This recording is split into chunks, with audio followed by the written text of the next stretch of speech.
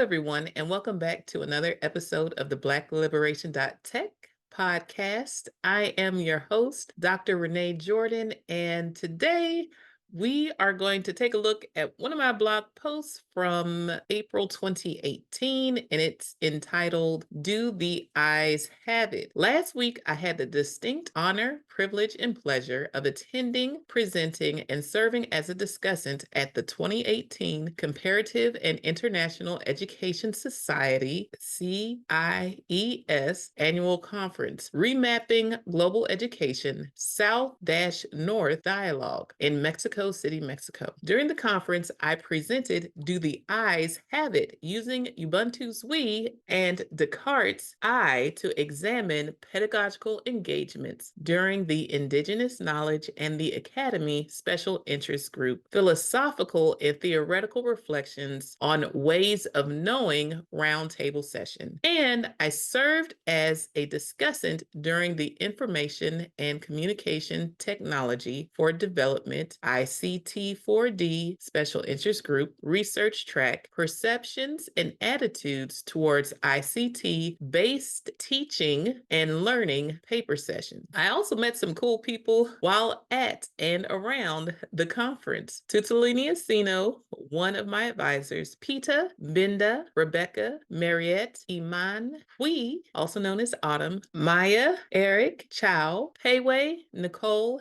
Jennifer, Stephen, Desmond, Jasmine, Shelley, Jose, Jesus, Tomas, and more. Instead of a whole lot of words, I'll just let the pictures do the talking. Good times. And once again, that was my blog post from April 2018 entitled Do the Eyes Have It? For this particular presentation, once again, I worked on it in my qualitative research class with my methodologist, Dr. Fernelier. She challenged me to take a look at my data in two different ways by using two different philosophies. One of the arguments that I wanted to make with my dissertation work was that the African philosophy, Ubuntu, I am because we are, and since we are, therefore I am, places the researcher in a different position when viewing the data, and that counts for all parts of the data. Consequently, my methodologist, Dr. Fernelier, challenged me by suggesting that I take a look at the same data with two different philosophies. A Western philosophy from Descartes, who is known for I think, therefore I am, up against the African philosophy, Ubuntu, I am because we are, and since we are, therefore I am. As a result of taking on this challenge, I submitted a proposal to CIES, the Comparative and International Education Society's annual conference, and that happened in Mexico City. And I was accepted. I was so excited. I had never been there before, and I saw the opportunity to present, not only to be celebrated, but also the opportunity to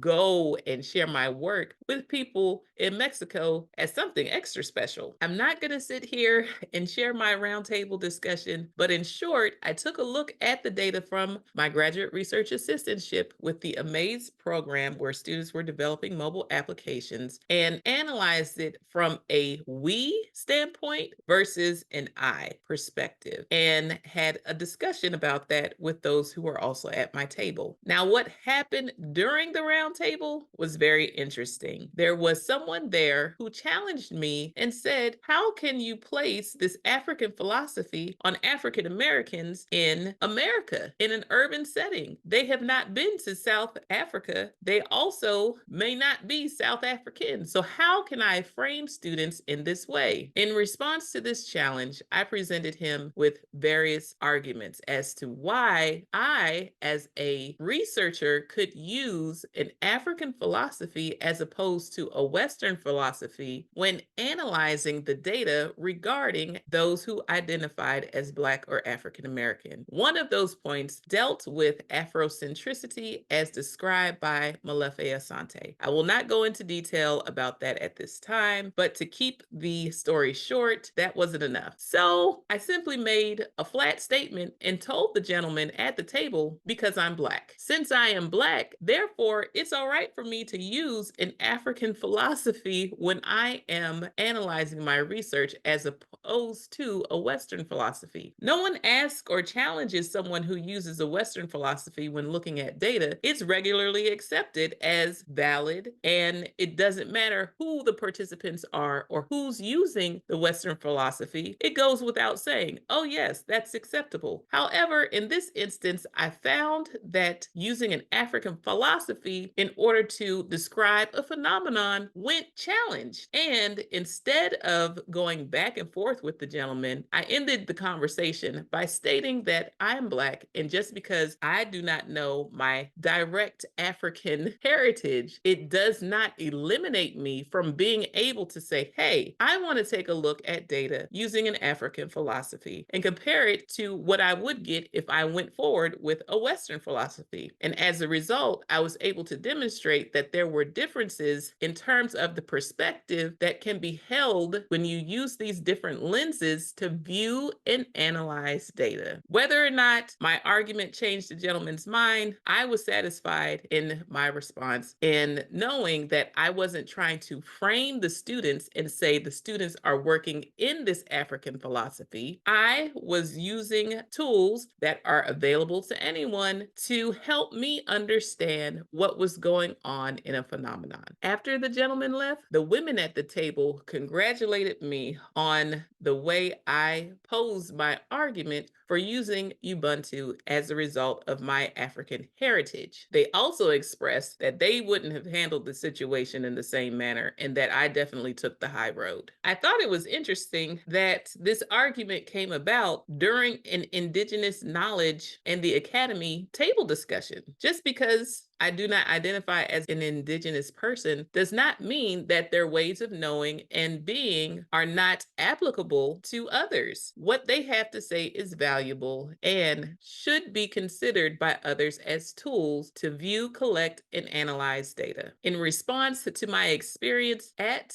this roundtable, I was inspired to write something else. And that allowed me to dig deeper into my PhD journey and to write an autoethnographic work during a writing workshop with my methodologist, Dr. Janice Fernelier. So as a result of this experience, I want to encourage you to explore philosophies that may not be mainstream in order to get a different perspective on a phenomenon. And one of the ways to do that is to put them juxtaposed to a Western philosophy in order to see how you're able to gather different perspectives on the same phenomenon. By using philosophies that are not within the Western framework, you are increasing what could be said within a discipline. During the conference, I also served as a discussant for the ICT 4D SIG research track. And SIG stands for Special Interest Group. I enjoy being a discussant because I get to listen to what others have to say about their work, ask them questions in order to get a better understanding of their work, as well as pose recommendations for how they may address some holes that were uncovered during their presentation. During this conference, I enjoyed the conversations that were had amongst attendees, and I list those people in my blog. One of the attendees,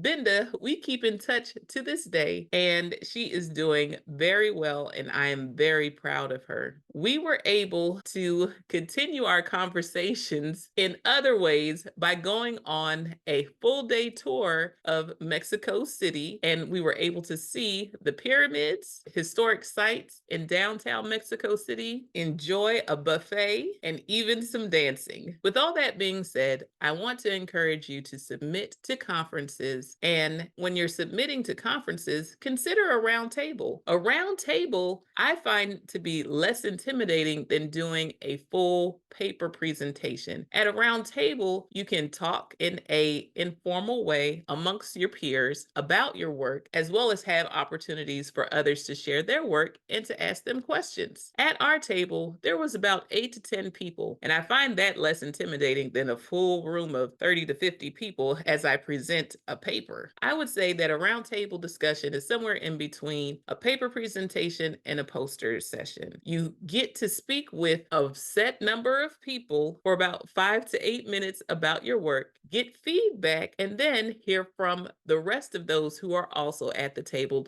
to present their work. Those who are interested in the topic of your table are able to join in on the conversation and have a sit down discussion, informal discussion about what it is you're doing, how you came about your work, and what you want to do moving forward. Thank you again for tuning in to another episode of the Black-Liberation.Tech podcast. Please be sure to like, subscribe, and share, as well as rate and review the podcast to help it become more discoverable. Until next time, thank you. Bye-bye.